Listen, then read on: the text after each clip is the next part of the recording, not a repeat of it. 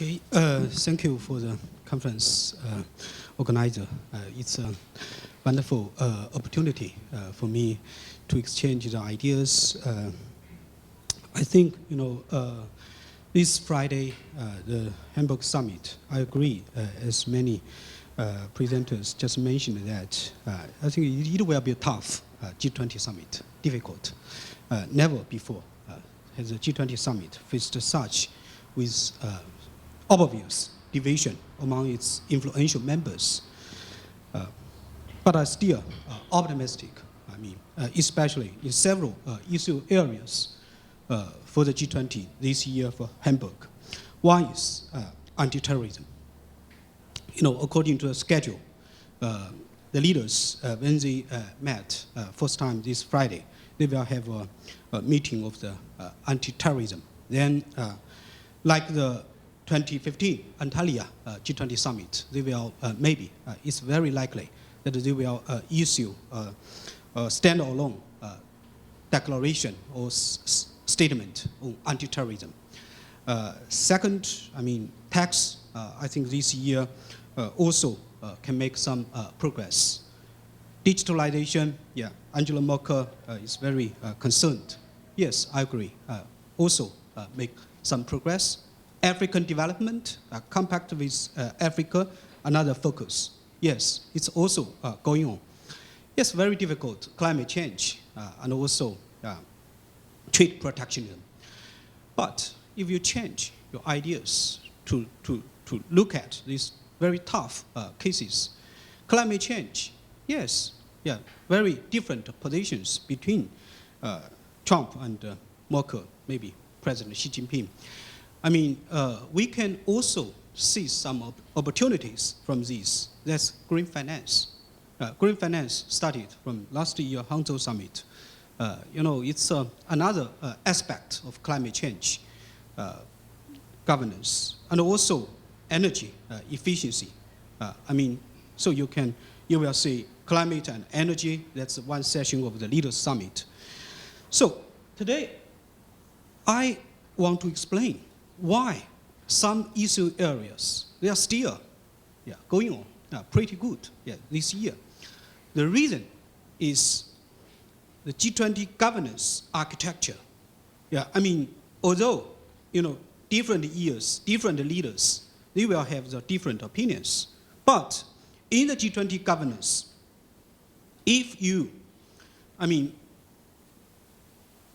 the governance architecture, we can make improvements, compared, especially 2008 and 2009. At that time, the G20, it's a platform, it's a, talk shop. Yeah. Why? At that time, it's so successful because everyone is so afraid of. If we do not cooperate, then all of us will suffer. The 1929 global crisis, reminds us we should cooperate. Otherwise, if you are not willing to cooperate, then you have to cooperate. But today, it's different. Trump mentioned fair trade. If the trade, cannot benefit the American workers, then why? We will, stick to the free trade. So here, the situation changes. So my argument is that we should pay more attention to the G20 governance architecture. So first, I will tell you my conclusion. Why terrorism and also tax, they are, especially compared to climate and trade, it will be successful. My explanation is the architecture of these issue areas, governance. The G20 is informal institution, as just my colleague, Professor Park mentioned. It's a non-treaty based. It's a no permanent secretariat. I agree. Should we, establish the permanent secretariat, or should we build a legally binding treaty for the G20? My answer is no. Why? I will explain. The reason, the logic behind this. So in the 2008, I mean, it's a forum. It's okay. So in 2009, Pittsburgh G20 summit, the leaders made the consensus that the G20 will be the premier forum for international economic cooperation. And in 2011, Cannes G20 summit, when Sarkozy hosted the G20 summit, he asked former UK Prime Minister David Cameron to propose what the G20 in the future should work. Then Cameron proposal that the G20 should be leaders-led forum and informal group in the future. I mean, it's a very wide connotation among the G20 countries. I participated that process in 2010, 2011, when the UK delegation go around the G20 countries. Well, in your mind, the G20 future, what the G20 institution should be. I mean, finally, most scholars agree that the G20 should be informal institution, platform, and a leaders-led platform. So the question comes, how to implement the consensus? If it's a leaders-led platform, the leaders, they are so busy. I mean, although they have the Sherpas, they have this year 6 ministerial meeting and many working group meeting, and they will report their achievements to the leaders. So who will implement if we made the consensus? Then my conclusion is that we should try to build more linkage between the G20 and the formal IOs. On the anti-terrorism case, why it's so still can call it successful? Because of the G20 leaders, if they can, in Hamburg, make some commitments, and then their commitments will ask, you, OECD, FATF, you guys, you will follow our commitments. And also, we will make some new commitments. Although the new commitments cannot be made within the FATF. Yeah, it's in the OECD architecture. The tax, the same. I mean, the tax, if the leaders, they can build some political consensus, then they will ask the global forum on taxation, also based in OECD. Then you guys follow our commitments. Then, I mean, it's a good division of labor. Then I call it informal plus formal governance architecture. This is especially important when the G20 is in institutional transition from the crisis to the long-term governance institution. Last year, for China, for Hangzhou Summit, I think China's number one strategic goal for the G20 Hangzhou Summit is we strongly push the G20 itself, the institutional transition from a crisis-driven institution to a post-crisis long-term governance institution. This year, I mean, yeah, things changed, but I think, Germany proposed resilience, sustainability, and responsibility. I mean, many issue areas, they are still following the Hangzhou consensus. That's, from the short-term crisis agenda to the long-term governance agenda, like the terrorism, taxation, and health. So I will go details to the text why it can be.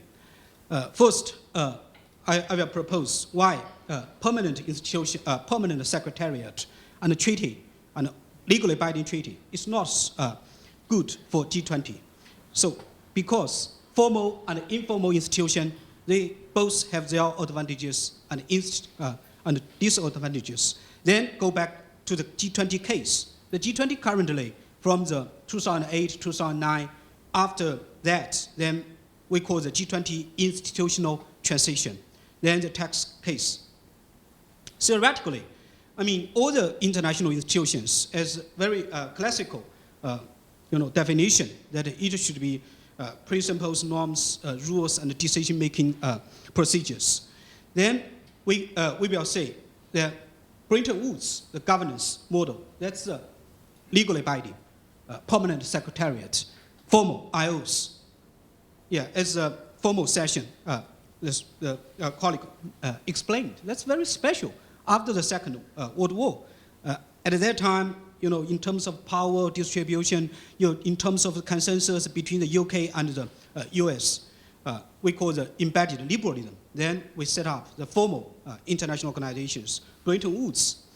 By contrast, after that, 1970s, when the G7 first time came, then another kind of institution, international institution, informal international institution, non-treaty based, or you can call it international forum. So different cooperation problems. One is coordination. Coordination means, why the countries, they are afraid of cooperation because of the dilemma of the common aversion. It has some distributive implications. But if the countries reach their agreements, then no one will be opportunistic. So in this case, then informal, it's okay. But the problem is collaboration. Collaboration means if the country, they have the distributive problems, concerns, and also they have the enforcement concerns, then in this case, we need the formal IOs. Informal institutions, the advantages, then it's minimizing the impediments to international cooperation, both domestic and international levels. They are more flexible than treaties. It's the case of the anti-terrorism and taxation. If the political level, the leaders, they cannot build the consensus, we can be more flexible, like the climate change. Paris Agreement, of course, for Trump, it's very difficult, currently. So maybe we can build a consensus on energy efficiency if Trump can make some concessions. Or if we can build some consensus on green finance. It also relates to the climate change, but not, so stubborn, just focused on the Paris Agreement. Flexibility, so important. And also, domestically, informal institutions, they have the advantages in terms of the domestic ratification. So it can escape the public controversies of the ratification debate. So sometimes, why? Informal is not enough, because flexibility is one side of the coin. Another side is credibility. It means then all the advantages of informality comes at the price, sometimes even very high. The flexibility of the informal agreements means that they are easily abandoned, avoiding public debates, conceals the depths of the national support for the agreement. Ratification debates also can serve to mobilize the constituencies. So it can have some advantages of the formal. I summarize as pooling, joint production, information collection, and dispute settlement. Go to the case of the G20. G20, if you go back, very briefly, then what the G20 is and what the G20 has done in the past almost 10 years from the 2008, the Leaders Summit. Then currently it's still in the institutional transition from the crisis-driven to the long-term or post-crisis era. So during the crisis, 2008, 2009, informal institution as a G20 platform, it's okay because at that time, no one wants to defect, almost no enforcement problem. Now, go back to the original mandate of the G20. I mean, why we need the G20? The G20 was established in 1999 at the Finance Ministerial and Central Bank Governors meeting. They provide a new mechanism for informal dialogue in the framework of the Bretton Woods institutions to broaden the discussion on the key economic and financial issues among the systemically significant economies and promote cooperation to achieve the sustainable and stable economic growth. So during the 2008 and 9, then informal flexibility, pretty good. Washington Summit, London, Pittsburgh. After crisis, then the problem comes, the implementation. Then 2011, Cannes Summit, the leaders made their consensus. In order to strengthen its ability to build and sustain the political consensus needed to respond to challenges, G20 has to pursue consistent and effective engagement with formal IOs, including now the UN, IMF, World Bank, also new IOs, AIIB, BRICS, New Development Bank. I'm not so worried about it. I mean, it's just some panelists mentioned that maybe it will be a disintegration, I mean, because of the emerging powers, because of their new institutions. I mean, that's the value of the G20, because you are at the table, emerging powers and the G7 countries. Then if you can build the political consensus, AIIB, NDB, World Bank, okay, as last year, the global infrastructure connectivity hub, that's the Chinese proposal. Then World Bank, you play the leading role, including the AIIB and the NDB. Then make the contribution to the global infrastructure investment. So why the G20 needs to engage the formal IOs to strengthen its technical expertise and the compliance. So go to the case of the tax governance, the G20 tax governance. Frankly, it's not the G20 tax governance. It's we call the G20 plus OECD. Then the anti-terrorism governance, it's G20 plus FATF. So here, the G20, their comparative advantage is a good balance. I mean, politically, yeah, you know, the 20 economies, they are almost 85% of global GDP, and then 2/3 population.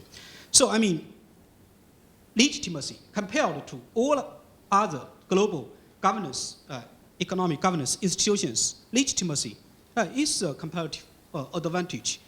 And also OECD, yeah, OECD is important, especially, I mean, if you go back to the G7 in the past almost 40 years, the G7 and the OECD, it's a good division of labor. Now, currently, I mean, the G20, can the good division of labor can be, I mean, between the G20 and the OECD. The OECD, I mean, in the past several years, playing more and more important role in the G20 process. The G20 can help OECD to build the political linkage with the non-OECD countries, especially with the emerging economies. In the case of the tax governance, it's very effective that the G20 help the OECD build the political linkage. But the G20 lacks expertise to dominate the tax governance. Then the OECD has a comparative technical advantage in tax governance. The OECD, since 1979, very long ago, to propose the established agreements to limit the tax avoidance through transfer pricing. Then 1998, the OECD published the first report, Harmful Tax Competition. It's a new global challenge. Then in the past, I mean, almost 6 years since, I mean, the G20 Leaders Summit was established, the OECD always propose you, the G20 leaders, you, the G20 finance ministers, you should pay more attention to the global tax governance. Then there are two priorities for the OECD. One is BEPS, the other is AEOI. Then perhaps now currently 44 countries are deliberating on equal footing. All the G20 countries are at the table. Then plus Colombia and Latvia, of course, the BEPS associates.